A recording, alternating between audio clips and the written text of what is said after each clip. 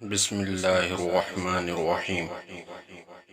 عموماً ہماری نظر جب ایک اڑتے ہوئے جہاز پہ پڑتی ہے تو ہمیں صرف جہاز ہی دکھائی دیتا ہے، لیکن کبھی کبھار ہمیں اس جہاز کے پیچھے بادلوں کی طرح ایک لکیر بھی دکھائی دیتی ہے۔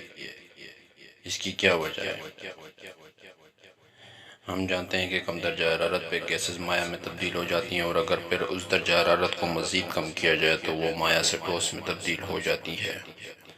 جیسا کہ جب ہم پانی فریزر میں رکھتے ہیں تو کم درجہ حرارت کی وجہ سے وہ جم کر اپنی ٹھوس حالت میں تبدیل ہو جاتا ہے۔ دراصل ہماری زمین سے 26,000 فٹ اوپر کی ہوا کا درجہ حرارت بھی بہت کم ہے۔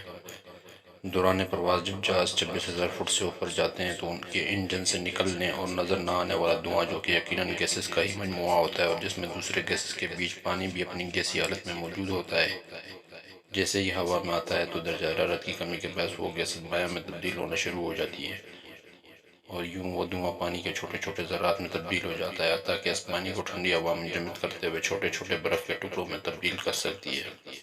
یہ پانی کے ذرات اور برف کے چھوٹے چھوٹے ٹکڑے مل کر ایک پٹی کی شکل اختیار کر لیتے ہیں، جو کہ ہمیں جہاز کے پیچھے لکیر کی صورت میں نظر آ رہی ہوتی ہے۔ بس یہی وجہ ہے کہ جو جہاز 26,000 فٹ کے دائرے کے اندر رہتے ہوئے پرواز کرتے ہیں ان کے پیچھے ہمیں ایسا کچھ بھی نظر نہیں آتا، لیکن جو جہاز 26,000 فٹ سے اوپر پرواز کرتے ہیں ان کے پیچھے ہمیں یہ لکیر نظر آ جاتی ہے۔